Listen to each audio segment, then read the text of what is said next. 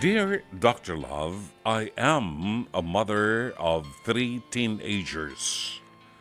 Kaya nakaka-relate ako sa issues and concerns ng mga nanay na katulad ko. Pero may mga pagkakataong OA or overacting na rin ang ibang parents dahil hindi niisip ang consequences ng kanilang reactions. Call me by the name Camilla. I am 52 years old from Davao City. Kabarkada ko hanggang ngayon ang classmates ko noong high school at inaanak namin ang mga anak ng isa't isa. Last week, nagsimula akong maawa at maging concerned sa anak ng kabarkada ko na inaanak ko rin. He is 25 years old. It took him a few weeks before admitting something to his parents dahil hindi nga naman biro ang inamin niya sa kanila. Last week, nag-confine ang inaanak ko sa parents niya that he is HIV positive. I know it's hard for parents to accept this truth, but no choice. Nariyan na, nangyari na. Kahit pagalitan nila o ibitin ng patiwarik, hindi na mababago ang katotohanan ng their son na inaanak ko is HIV positive.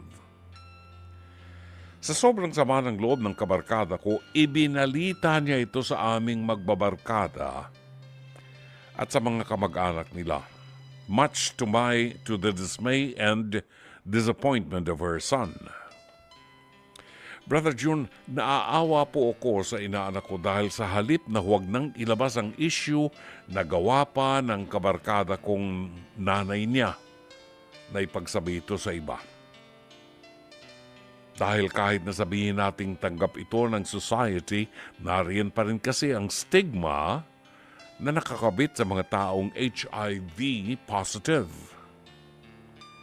Bilang second parent ng bata, I contacted him secretly and we met in a coffee shop. I assured him na narito lamang ako sa kanya and to take his medications regularly. May mga gamot naman sa barangay health centers that he can avail of for free. I also emphasized to him that being HIV positive is not a death sentence, but a wake-up call for him to be more careful of his decisions in life. Sinabi ko rin sa kanyang unawain na lamang niya ang mother niya dahil baka nagulat lang ito sa confession niya. Tinanggap naman niya ang advice ko at inaming sumama ang loob niya at nalungkot ng todo dahil ginawa ng mother niya at saka napaiyak. I hugged him and assured that everything will be okay and that everything happens for a reason. As a mom, I feel so concerned of my inaanak. Dr. Love, I hope and pray na magpatuloy pa rin siya sa buhay ng normal at mabuhay ng maayos. Sinabihan ko rin ang mom niya na kabarkada ko na hinay-hinay lang din sa mga reaksyon niya and be there for her son. Basta, as a second parent, I will always make sure na narito lang ako para sa inaanak ko at patuloy siyang ipagdasal.